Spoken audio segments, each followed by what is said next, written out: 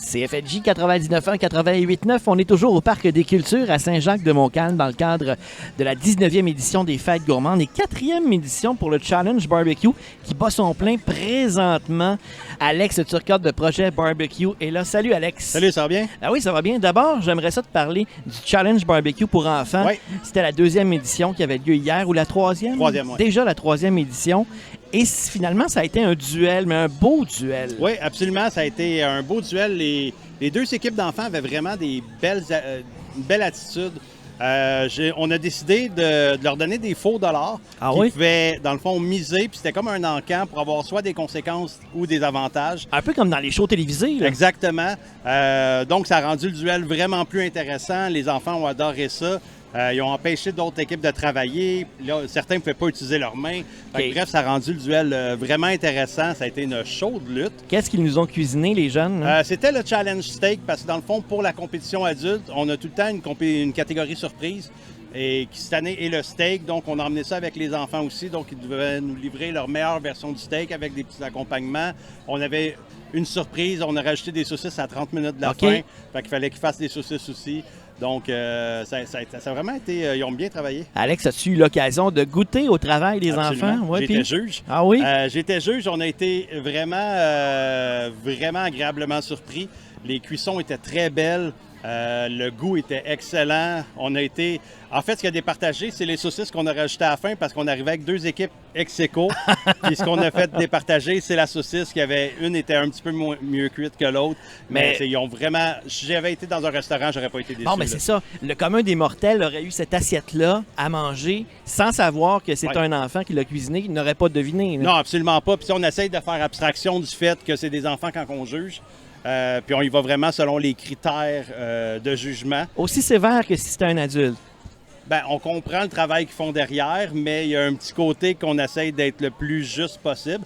Parce que les enfants, tu sais, on pensait à un certain point dire OK, les deux vont être égales, on donne une égalité. Ouais.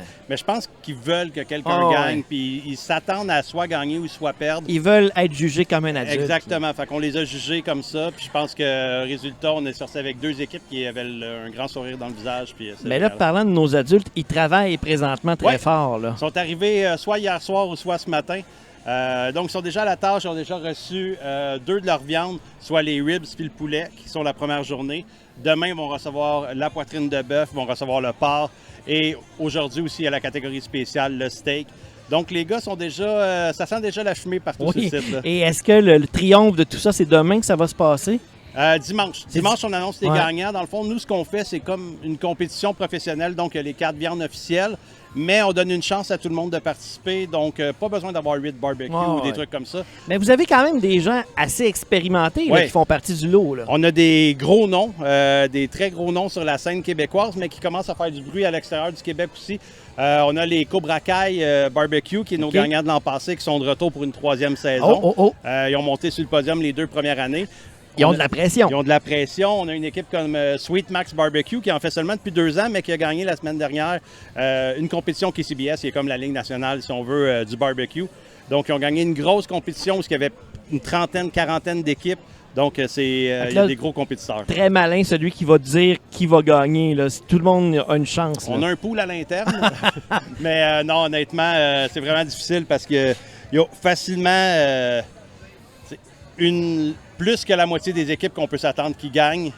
Plus, il y a tout le temps des surprises. Ouais. À chaque année, c'est ça qui arrive. Il y a une parce équipe... qu'il peut arriver une bad luck, il peut arriver plein d'affaires. Là. Exactement. Puis, on a une équipe qui a commencé l'année dernière ici, justement. Puis, dans la compétition professionnelle, ils sont arrivés premiers dans les ribs, qui est énorme parce que la côte levée au barbecue, c'est le classique. Ouais. C'est ce que tout le monde maîtrise en premier.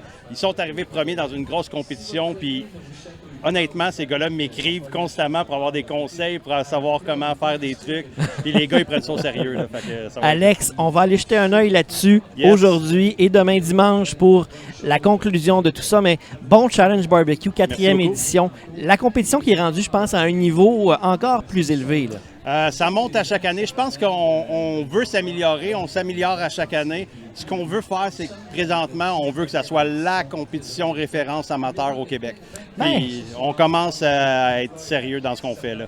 Oui, ça paraît. Puis à chaque année, je veux dire, la compétition était déjà merveilleuse. On a des nouveaux membres dans l'équipe de gestion aussi qui se sont joints à nous. Donc on est très, très solide là, cette année. Ben, Alex Turcotte de Projet Barbecue, merci beaucoup. Bonne fête Merci gourmande. énormément. Merci. Venez faire un tour. On est au Parc des Cultures à Saint-Jacques. Une invitation de CFNJ.